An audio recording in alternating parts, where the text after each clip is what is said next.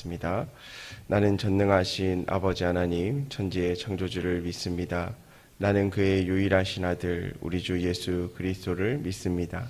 그는 성령으로 잉태되어 동정녀 마리아에게서 나시고 본디오 빌라도에게 고난을 받아 십자가에 못 박혀 죽으시고 장사된 지 사흘 만에 죽은 자 가운데서 다시 살아나셨으며 하늘에 오르시어 전능하신 아버지 하나님 우편에 앉아 계시다가 거기로부터 살아있는 자와 죽은 자를 심판하러 오십니다. 나는 성령을 믿으며 거룩한 공교회와 성도의 교제와 죄를 용서받는 것과 몸의 부활과 영생을 믿습니다. 아멘. 함께 찬송가 292장 찬양하겠습니다. 찬송가 292장 주 없이 살 수 없네 함께 찬양하겠습니다. 주 없이 살 수가 없네 죄인의 구주여 그 귀한 보배 피로 나를 구속하소서. 구주의 사랑으로 흘리신 보혈이 내의 소망 나의 위로 내의 영광 됩니다. 주 없이 살 수 없네 나 혼자 못 서리. 힘없고 부족하며 지혜도 없도다. 내게 주는 나의 생명 또 나의 힘이라. 주님을 의지하여 지혜를 얻으리. 주 없이 살 수 없네 내게 주는 아신다. 내 영의 깊은 간구 마음의 소원을 주밖에 나의 마음 네 알아주리요. 내 마음 위로하사 평온케 하시네.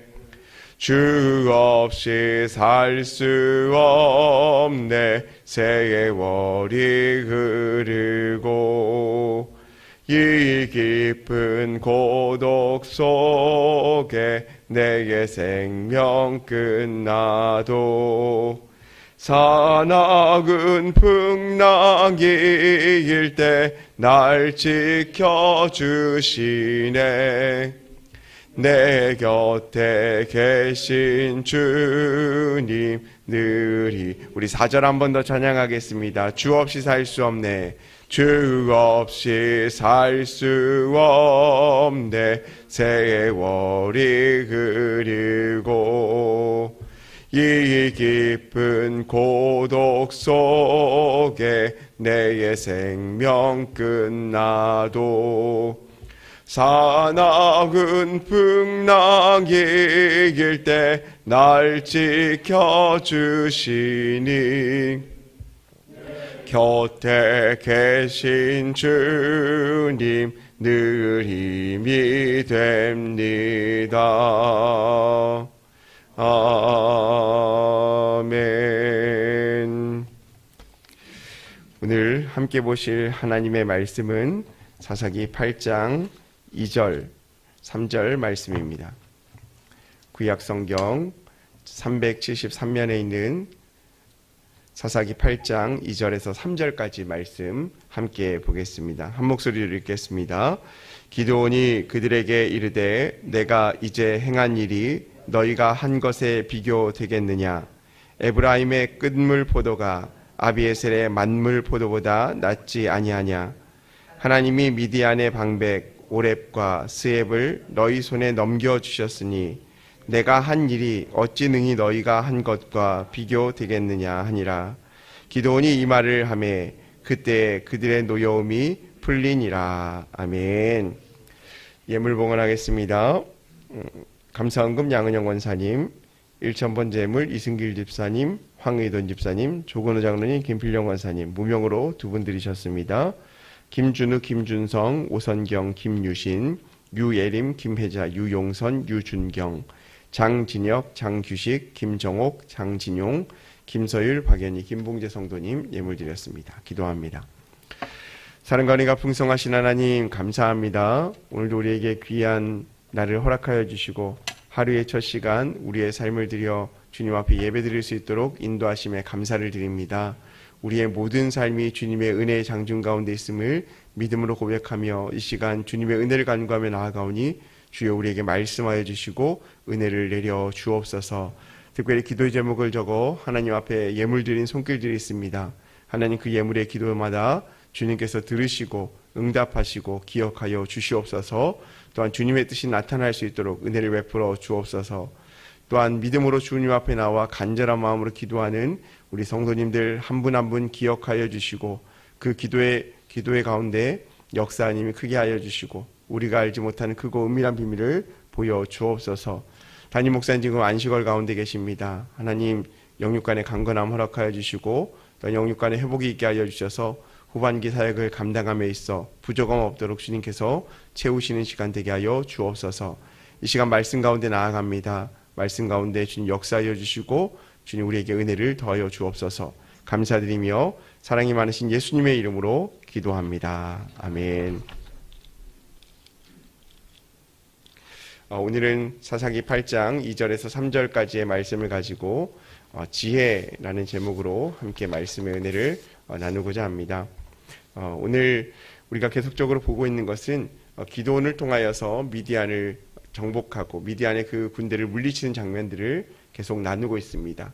또한 그 가운데 마지막 에브라임 지파를 통하여서 하나님께서 은혜 주셔서 미디안의 방백이인 오렙과 스엡을 사로잡고 그들을 죽이는 사건들을 우리가 바라보게 되었죠. 그런데 이 전쟁에 승리한 이후에 이스라엘에 닥친 것은 전쟁의 승리를 통한 기쁨의 문제가 아니라 또 다른 그 안에 갈등의 문제가 있었음을 보게 되어집니다. 사실 사람들이 모이는 곳이라면 어디에나 갈등의 문제가 존재하게 되어지는 것입니다. 가정에도 갈등이 있고요. 또 직장에서도 교회에서도 갈등의 문제는 있습니다. 중요한 것은 갈등이 있느냐 없느냐의 문제가 아니라 이 갈등의 문제를 어떻게 해결하고 다루느냐가 문제이죠.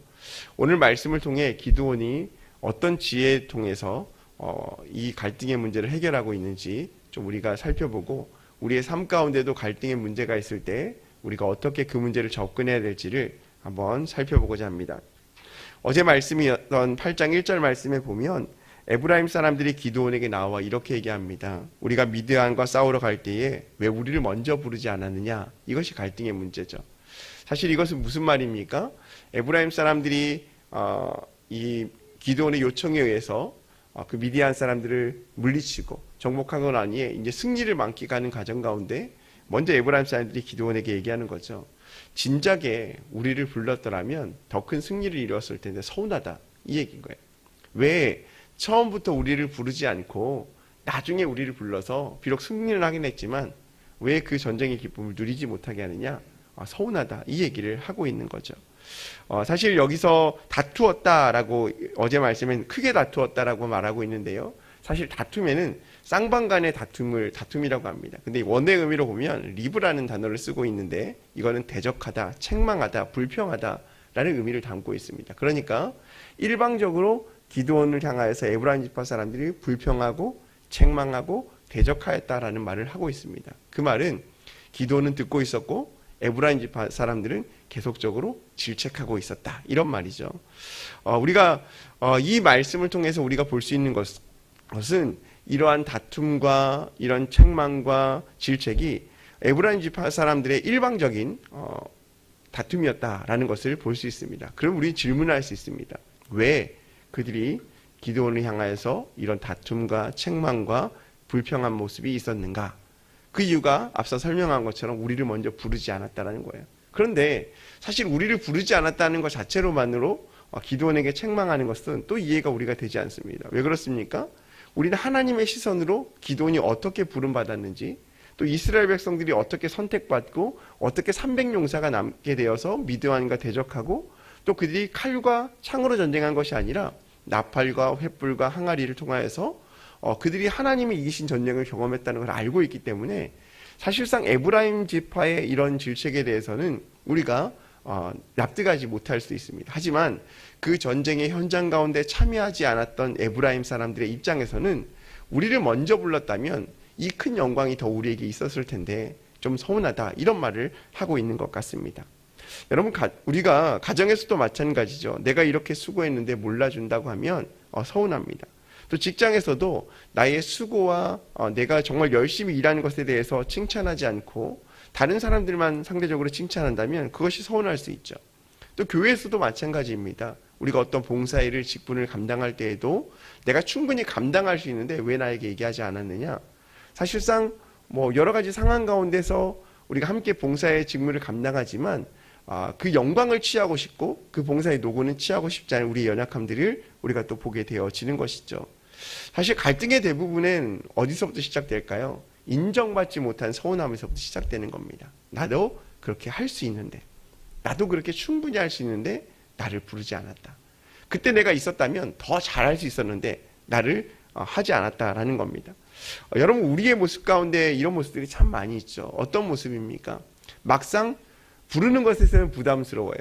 나를 봉사의 현장 가운데 또 어떤 일 가운데 부르는 것에 대해서 나는 바빠, 할 일이 정말 많은데 왜 나를 그걸 불렀을까? 그리고 부담스러워, 이런 얘기를 합니다. 그런데 막상 좋은 결과의 현장 가운데서 우리가 어떻습니까? 내가 그 현장 가운데 있기를 원합니다. 나를 좀 미리 불렀으면 나도 그 영광을 맛볼 텐데, 나를 불렀으면 내가 시간 없는 것도 아닌데 한번 불러보지, 말이나 한번 해보지 왜 말도 안 해서 이렇게 됐을까? 이런 얘기를 하는 겁니다.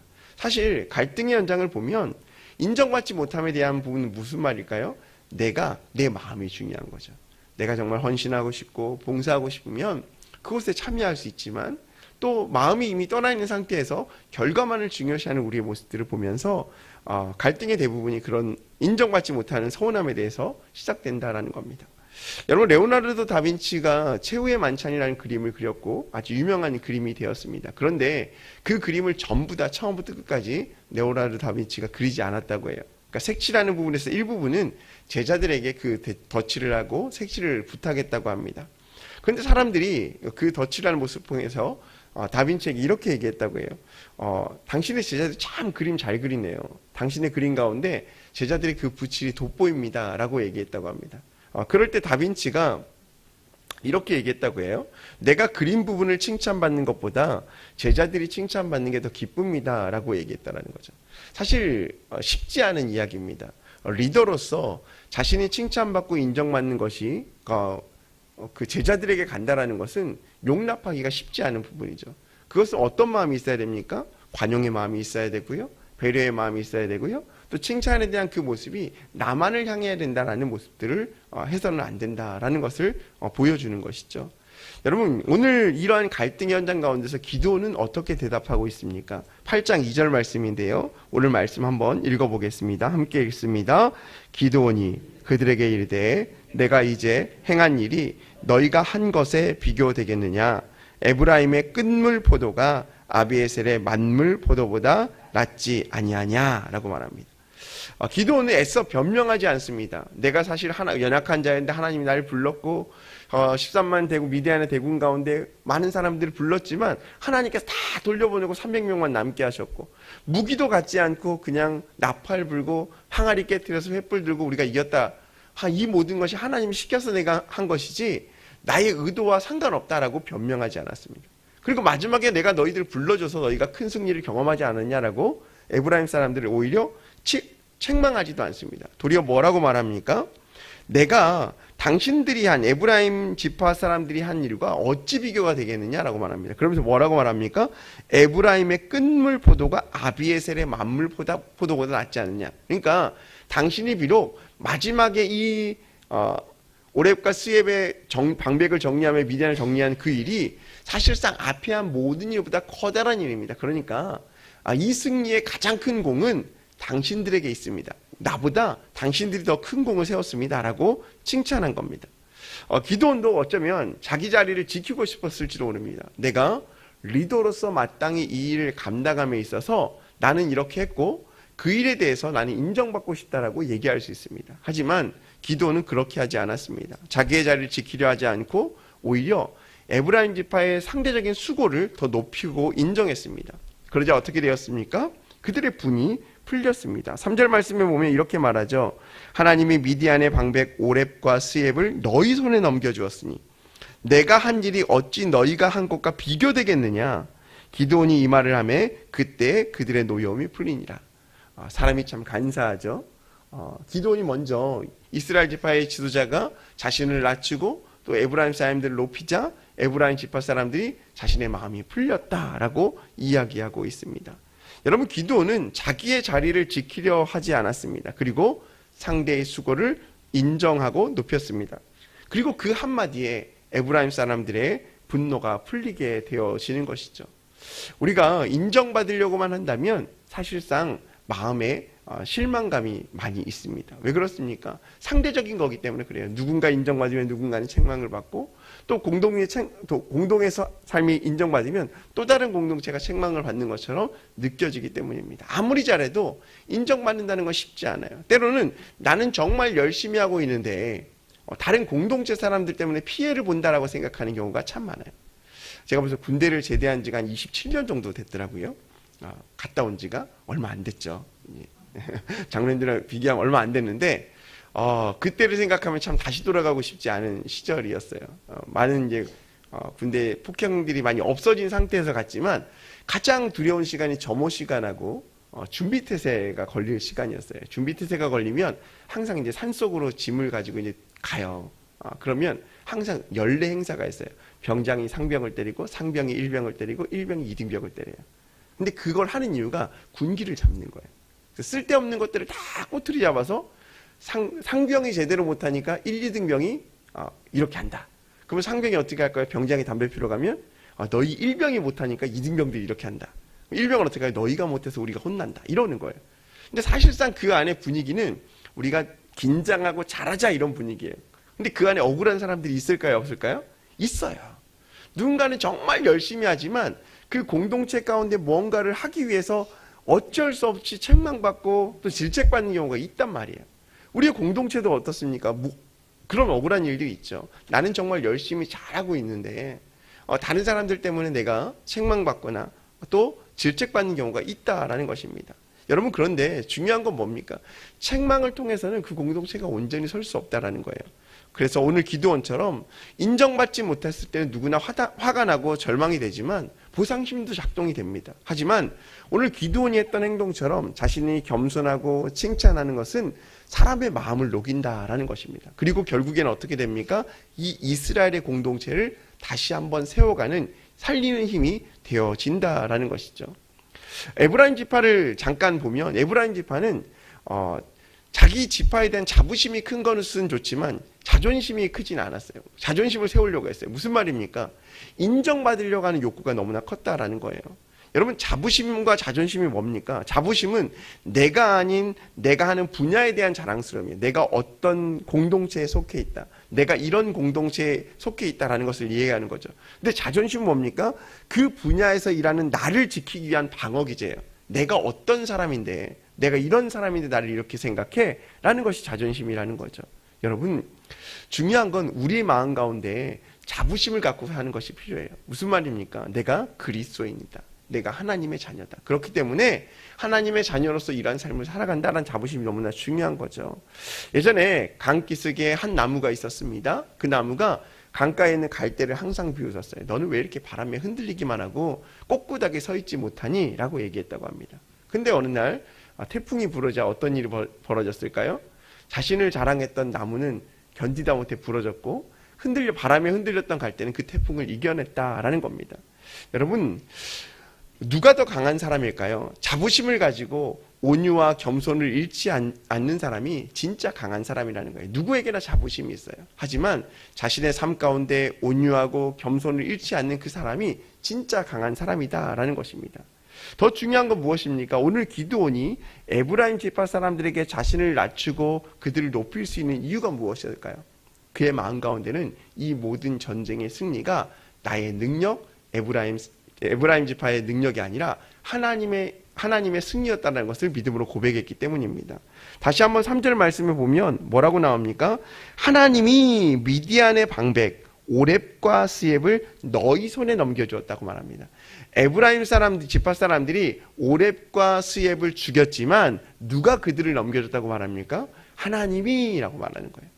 우리가 전쟁 가운데서 삶 가운데서 승리를 우리가 경험하고 있어서 내가 열심히 해서 된 것 같지만 결국에는 그 모든 승리의 배경 가운데 하나님이 계시다라고 오늘 기드온은 말하고 있는 것이죠. 기드온은 결국에는 이 전쟁의 공을 누구에게 돌리는 겁니까? 에브라임 지파 사람들에게 돌리고 있는 것처럼 보이지만 결국 그 공도 누구에게 돌리고 있는 거예요? 하나님이 돌리고 있다는 거예요. 이것이 지혜죠. 사람을 살리는 말이 있습니다. 하지만 그 온전한 삶의 주체가 누구인지를 또한 기드온이 고백하고 있다는 겁니다. 결국 기드온의 이 고백은 누구를 살리는 겁니까? 에브라임 지파를 살리고 또 하나님께 영광을 돌리는 그의 고백이었다라는 것이죠. 여러분, 우리의 삶 가운데도 이런 고백이 늘 있었으면 좋겠습니다. 우리의 삶에 은혜 주시는 분, 우리의 삶 가운데 진정한 승리 주시는 분은 하나님이시다라는 거예요.